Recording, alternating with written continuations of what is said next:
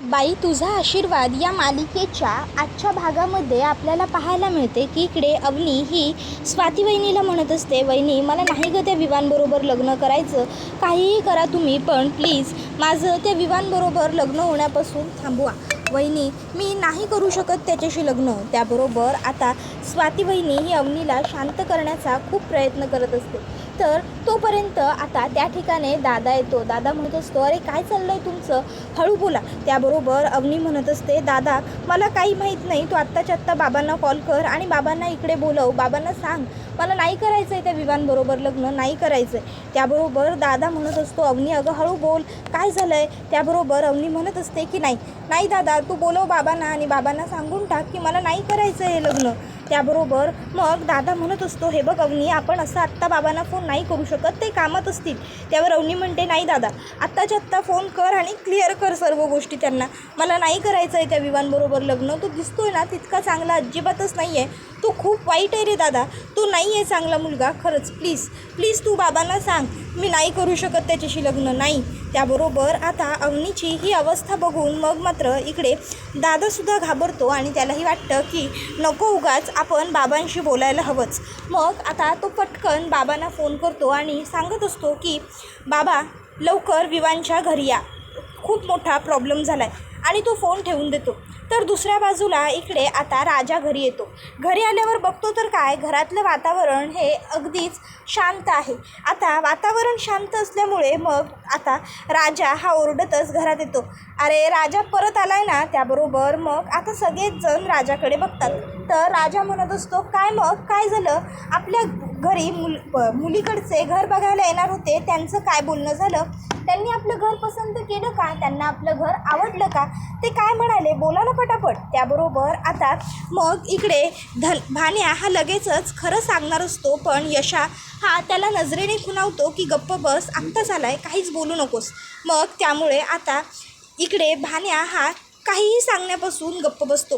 तर इकडे राजा म्हणत असतो, काय झालं तुम्ही सगळे असे गप्प का बसलाय, हे बघा जे काही असेल ते प्लीज मला सांगा ना, काय बोलले त्या पोरीकडचे. त्याबरोबर मग बारक्या सांगतो, अरे पोरीकडचे बोललेत की तुमचं घर चांगलं आहे, पण आम्हाला विचार करायला वेळ हवा, विचार करून सांगतो. त्यावर मग आता राजा म्हणतो, विचार करायला कशाला वेळ हवा आहे, चांगलं आहे म्हटलेत तर मग झालं ना, पसंत आहे म्हणायचं मग. त्याबरोबर मग आता लगेचच इकडे राजा म्हणतो, पण ठीक आहे वेळ हवा आहे ना त्यांना, देऊया ना आपण त्यांना वेळ, काही हरकत नाही आहे. बाकी मग मी आता म्हणतो की जा मस्तपैकी पेढे घेऊन ये, असं तुला वाटेल तर, तसं नाही म्हणत आहे मी, माझ्यासाठी मस्त जरा पाणी घेऊन ये असं मी म्हणतोय, बारक्याचा पाणी घेऊन ये. त्याबरोबर मग बारक्या पाणी आणायला जाताना राजाला म्हणतो, तू खूप खुश दिसतोय, काय ती पोरगी परत भेटली की काय. त्याबरोबर मग आता भान्या म्हणतो, काय बोलला रे, पोरीचं काहीतरी बोलला तू. त्याबरोबर मग आता लगेचच इकडे राजा आणि बारक्या गप्प बसतात आणि म्हणतात की नाही पोरीचं कुठं काय बोललो आम्ही. इतक्यात तिकडे यशा येतो आणि यशा म्हणत असतो की पोरी बिरीच्या नादी लागू नका, राजा काम चांगलं कर. राजा म्हणत असतो, होय रे दादा मी चांगलंच काम करतोय, काळजी करू नको. इतक्यात त्या ठिकाणी नलू आलेली असते. नलू तिकडे येते आणि म्हणते, राजा यशा तू मगाशी रडत गेला ना, त्याचं मला लई वाईट वाटलं, खरंच सॉरी, तुला नाराज मी नाही बघू शकत रे. त्याबरोबर राजा म्हणतो, यशादा आणि नाराज का गं. त्याबरोबर मग आता ती म्हणते, याचं लगीन मोडलं आहे ना म्हणून. त्याबरोबर आता राजा म्हणतो, गप्पे त्याचं लगीन कशाला मोडल, काय लगीन बिगीन मोडलेलं नाही आहे त्याचं, त्या पोरीकडच्यानी पसंत केलं आपल्या भावाला, आपला भाऊ हँडसमच आहे इतका, त्यामुळं आपल्या भावाचं लगीन होणारच की. त्याबरोबर मग आता लगेचच इकडे नलू म्हणत असते, नाही यशाचं लगीन होणारच आहे, पण त्या पोरीबरोबर होणार नाही आहे, त्या पोरीबरोबरचं लगीन कॅन्सल झालं. त्याबरोबर राजा म्हणत असतो, गप तुला काय माहिती. त्याबरोबर ती म्हणत असते, मलाच माहिती आहे, मग कुणाला माहिती. त्याबरोबर राजा म्हणतो, गप्पे माझ्या भावाचं लगीन बिगीन काय नाही मोडलेलं आहे, 1 दिन ठेवून. त्यावर ती म्हणते, होय काय, मग मी 2 दिन ठेवून, मी सांगितलं ना. त्याबरोबर मग राजा म्हणतो, मग मी 3 दिन ठेवून. मग नलू म्हणते, मी 4 दिन ठेवून. त्याबरोबर मग बाबा म्हणतात, गबासा काय चाललंय तुमचं रे, उगाचच्या उगाच भांडण करते, लहान आहात का तुम्ही तेवढे, लगीन मोडलं हे खरं आहे. त्याबरोबर आता हे ऐकून मग मात्र राजा म्हणतो, पण लग्न मोडलं का, काय झालं काय, त्यांनी काहीतरी कारण तर सांगितलं असेल ना. त्याबरोबर मग आता यशाला तो विचारतो, यशादा सांग की काय झालं, काय बोलले त्या पोरीकडचे. त्यावर यशा म्हणतो, अरे काय नाही रे, काय बोलणार आहेत ते लोक, त्यांचं असं म्हणणं आहे की त्यांना म्हणजे आपली म्हणजे त्यांचं काही म्हणणं नव्हतंच. म्हणणं माझं होतं की ती पोरगी आपलं घर नाही नीट सांभाळू शकणार, म्हणून मग मीच म्हटलं की ती पोरगी नको म्हणून, बाकी काही नाही. त्याबरोबर मग आता इकडे यशाने हे सांगितल्याबरोबर राजा म्हणतो, दादा अरे काय बोलतोय तू, पोरगी घर सांभाळू शकणार नाही म्हणून तू पोरगी नाकारली, काही बोलतोय का रे तू, असं कसं होईल. त्याबरोबर तो म्हणतो अरे असंच झालं आहे. तर दुसऱ्या बाजूला इकडे अवनीचे बाबा हे आता विवानच्या घरी आलेले असतात. आता विवानकडे येऊन बाबा म्हणत असतात, काय रे तू असं अचानक का मला महेश बोलवलंस, तुला माहिती आहे ना माझी महत्त्वाची मीटिंग होती आज ZP साहेबांबरोबर ते. त्याबरोबर मग आता दादा म्हणतो, बाबा ते सगळं ठीक आहे पण इकडे खूप मोठा प्रॉब्लेम झाला आहे. बाबा म्हणतात, काय झालं एवढं मोठं, का बोलावलंस. त्याबरोबर महेश म्हणतो, बाबा आपली अवनी विवानबरोबर लग्न करणार नाही असा हट्ट धरून बसली आहे. त्याबरोबर बाबा म्हणतात, काय, अरे मग तू तिला समजवायचं होतंस ना, मोठा भाऊ आहेस ना तू तिचा. त्यावेळी आता लगेचच आता दादा सांगतो की बाबा मी तिला समजवलं पण ती माझं काही ऐकून घ्यायला तयारच नाही आहे. बाबा ती खूप रडते की तिला विवानशी लग्न नाही करायचं म्हणून. त्याबरोबर मग बाबा म्हणत असतात, तुला काय वाटतं तिचं दुसरं बाहेर काही आहे का. त्याबरोबर बाबा ने असा प्रश्न विचारल्यावर मग दादा म्हणतो, बाबा हो काय बोलताय, आपली अवनी येते. त्याबरोबर मग बाबा म्हणतात, अरे मग नेमकं कारण काय आहे. त्यावर लगेचच दादा म्हणतो, ते काही कळत नाही आहे ना, तेच तर सांगतही नाही आहे ती, फक्त मला लग्न नाही करायचं एवढंच काय तो हट्ट धरून बसली आहे बघा. त्याबरोबर मग आता त्या ठिकाणी विवान आणि त्याची आई येतात. आता ती लोकं तिकडे आल्याबरोबर मग विवान हा त्यांना म्हणतो, what a pleasant surprise uncle, तुम्ही इकडे कसे काय आलात. त्यावर बाबा म्हणत असतात की काही नाही, इकडून पास होत होतो, एक कामासाठी आलो होतो, तर विचार केला तुम्हा सगळ्यांना भेटावं आणि मगच पुढे जावं. काय मग आहेत कुठे खानोलकर साहेब. त्याबरोबर लगेचच आता विवानची आई म्हणते, ते एका महत्त्वाच्या मीटिंगसाठी जरा बाहेर गेले आहेत, पण तुम्ही असे आलात तर वहिनींनासुद्धा घेऊन यायचं होतं ना, म्हणजे भेट झाली असते आमचीसुद्धा. त्याबरोबर मग बाबा म्हणत असतात, नाही आणलं असतं तिला, पण माझं जरा अचानकच ठरलं ना, त्यामुळे तिला आणता नाही आलं. बरं अवनी कुठे आहे. त्याबरोबर विवान म्हणतो, ती वरती रूममध्ये आहे. मग लगेचच तो म्हणतो, मी बोलवू का तिला. त्यावर मग बाबा म्हणतात, नाही नको, मीच तिला वर जाऊन भेटलं तर चालेल का. विवान म्हणतो, हो चालेल ना, जा तुम्ही भेटू शकता तिला वर जाऊन सुद्धा. त्याबरोबर मग आता ते तिला भेटायला वरती जातात. विवानची आई विवानला विचारते, विवान काय रे, काय झालं असेल, हे अचानक का आले असतील. त्यावर तो म्हणतो, मला काय माहिती. तर दुसऱ्या बाजूला इकडे अवनी ही रडत बसलेली असते. इतक्यात त्या ठिकाणी बाबा येतात. बाबा आल्यावर ते अवनीला हाक मारतात, अवनी. आता बाबांनी हाक मारल्याबरोबर अवनी पटकन जाते आणि त्यांना घट्ट मिठी मारते आणि रडत असते. त्याबरोबर बाबा अवनीला म्हणतात, अवनी शांत हो, बाबा आलेत ना, शांत. त्याबरोबर मग आता अवनी ही शांत होते. बाबा तिला जवळ घेतात, रिलॅक्स करतात आणि त्यानंतर मग ते तिला विचारतात, काय झालं अवनी, काय एवढ्या घाईघाईने बोलवून घेतलंयस. त्याबरोबर मग आता अवनी सांगत असते की बाबा मला त्या विवानबरोबर लग्न नाही करायचं आहे. तर दुसऱ्या बाजूला इकडे आता यशाचं लग्न मोडल्याची गोष्ट आता राजाला समजलेली असते. राजा म्हणत असतो, अरे एवढं सगळं घडलं तर तुम्ही मला बोलवलं का नाही, मला सांगितलं का नाही. त्याबरोबर बाबा म्हणत असतात, तुला बोलवून तुला सांगून तू काय करणार होता रे इकडे, तसं पण लग्न मोडायचं होतं ते तर मोडलंच की. त्याबरोबर आता लगेचच बारक्या म्हणायला लागतो की पण खरंच यशादाचं लगीन मोडलं ना, त्यामागं फक्त त्या काकाची करणी आणि सुलत्याचा श्राप आहे. त्याबरोबर मग आता यशादा म्हणत असतो की गप्प बसा, तसं काही नाही आहे, माझं लगीन मोडलं ते माझ्यामुळं, बाकी कुणाचा काही दोष नाही आहे, मी नाही म्हणलं म्हणून लगीन मोडलं. त्याबरोबर मग इकडे राजा म्हणतो, तसं कसं. त्याबरोबर आता लगेचच नलू म्हणत असते, या घराला बाईचा आशीर्वाद लाभणार, पण ते एखाद्याच बाईचा आशीर्वाद लागणार, त्या घरात ती पोरगी येणं शक्य नव्हतं, हे तर नक्कीच होतं. त्याबरोबर आता नलू लाजत असते. तर आता राजा येऊन नलूला म्हणत असतो, नलू इथे समोर माझ्या उभी राहा. नलू म्हणते, का. त्यावर राजा म्हणतोय, सांगतोय तेवढं कर की, येऊन माझ्या पुढ्यात उभी राहा. नलू येते आणि राजाच्या समोर उभी राहते. राजा नलूला म्हणतो, आता मला खरं खरं सांग, तुझं यशादावर प्रेम आहे. त्यावर आता नलू लाजत असते. त्यावर राजा म्हणतो, लाजू नको, खरं बोल, तुझं यशादावर प्रेम आहे का. त्यावर नलू होकार देते. राजा पटकन खिशातनं फोन काढतो आणि आता फोन काढून तो फोनमध्ये व्हिडिओ शूटिंग चालू करतो आणि म्हणतो, आता सांग, आता बोल, तुझं यशादावर प्रेम आहे. त्यावर ती म्हणते, अरे काय करतोय तू राजा. त्याबरोबर राजा म्हणतोय, मी विचारलंय तेवढ्या प्रश्नाचं उत्तर दे. तुझं यशोदावर प्रेम आहे? त्यावर नलू म्हणते इश्श. राजा म्हणतो इश्श उश्श करू नको, जेवढं विचारतोय तेवढं पटापट बोल, व्हिडिओ शूटिंग सुरू आहे इथं. तुझं यशोदावर प्रेम आहे का? त्यावर नलू म्हणते होय हाय. त्याबरोबर मग आता राजा म्हणतो तू कुणाच्याही दबावाखाली हे बोलत नाही आहे? नलू म्हणते नाही. त्याबरोबर राजा म्हणतो तू यशोदाबरोबर लगीन करायला तयार आहेस? नलू म्हणते भाई तयार आहे. आणि ती एक पाय वर करते. आता तिने एक पाय वर केल्यावर राजा म्हणतो हे काय? त्यावर नलू म्हणते एका पायावर तयार आहे. त्याबरोबर मग राजा हा नलूला म्हणतो बघ पुन्हा एकदा तुला मी विचारतो, नक्की तू तयार आहेस का यशोदाबरोबर लग्न करायला? तुझ्यावर कुठलाही दबाव नाही आहे ना? त्यावर ती सांगत असते अरे हे बघ एका पायावर तयार आहे, कुठलाही दबाव बिबाव काही नाही आहे माझ्यावर. त्याबरोबर आता इकडे घरात कोणाला कळत नसतं की नेमकं राजाचं हे सगळं काय सुरू आहे. त्यानंतर मग आता राजा हा नलूला म्हणतो ये आता यशोदाच्या शेजारी उभी राहा. मग आता नलू ही राजाकडे बघू लागते. तर राजा म्हणतो अगं माझ्याकडे नको बघू, ये आणि यशोदाच्या शेजारी उभी राहा. त्याबरोबर नलू जाते आणि यशाच्या शेजारी उभी राहते. यशाला कळत नसतं की नेमकं राजा करतोय काय. मग राजा म्हणत असतो अरे असं काय करताय तुम्ही दोघंही कायद्याने सज्ञान आहात की, त्यामुळे आता पुढे तुम्ही काय करायचं हा निर्णय तुमचा आहे. त्यामुळे आता हा राजा तुमचं लगीन लावून देणार, तुमचं लगीन.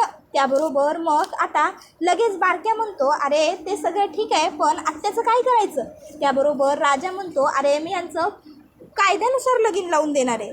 कायद्याने हे दोघं जण सज्ञान आहेत त्यामुळे हे दोघं लगीन करू शकतात, म्हणून मी यांचं लगीन लावून देणार. त्याबरोबर आता लगेचच इकडे नलू म्हणत असते अरे पण तो कायदा बिदा मम्मीला कळत नाही ना रे, मम्मी मारल ना मला, मम्मीला आता घालील, त्याचं काय करायचं? कायद्याचं मम्मी नाही ना ऐकत. त्याबरोबर मग आता लगेचच राजा म्हणतो अगं मी तुमचं पळून जाऊन लग्न लावून देणार आहे, समजलं का तुला? त्याबरोबर हे ऐकून नलू खूप खुश होते. घरातले सगळेसुद्धा खूप खुश होतात. राजा येतो आणि यशाला मिठी मारतो. तर बाबा आता त्या ठिकाणी येतात आणि लगेचच नलूला म्हणतात होणाऱ्या सासऱ्यांना नमस्कार कर. त्याबरोबर नलू लगेचच आता अण्णांना नमस्कार करते. त्यानंतर मग आता नलू ही खूप खुश होते आणि आनंदाने म्हणत असते की माझं लगीन यशाबरोबर होणार, यशा आता आपलं लगीन होणार. बरं राजा मी काय काय घेऊन येऊ? कपडे आणि दागिने घेऊन येऊ का? त्यावर राजा म्हणतो अगं दागिने नको आणू, 2 जोडी कपडे आणि तुझा आधार कार्ड घेऊन ये, तेवढं लागेल बघ आपल्याला. त्याबरोबर हे ऐकून नलू म्हणते ठीक आहे मी 2 जोडी कपडे माझा आधार कार्ड घेऊन येते. यशा आपलं लगीन होणार असं म्हणत ती यशाच्या जवळ जात असते. त्यावेळी यशा तिला म्हणतो नलू घरी जा. त्यावर नलू म्हणते अरे आता आपलं लगीन होणार आहे ना व. त्याबरोबर मग यशा म्हणतो घरी जाय म्हणलं ना व मी. त्याबरोबर नलू म्हणत असते अरे असं काय करू राहिला तू, आपलं लगीन व्हायचं आहे आता. त्याबरोबर मग आता यशा म्हणत असतो कळत नाही आहे का तुला मी काय सांगितलं ते, घरी जा. त्यावर ती म्हणत असते अरे यशा पण. त्याबरोबर यशा आता आत्याला हाक मारतो आत्या. त्याबरोबर बिचारी नलू घाबरते आणि ती तिकडनं घरी जायला निघते.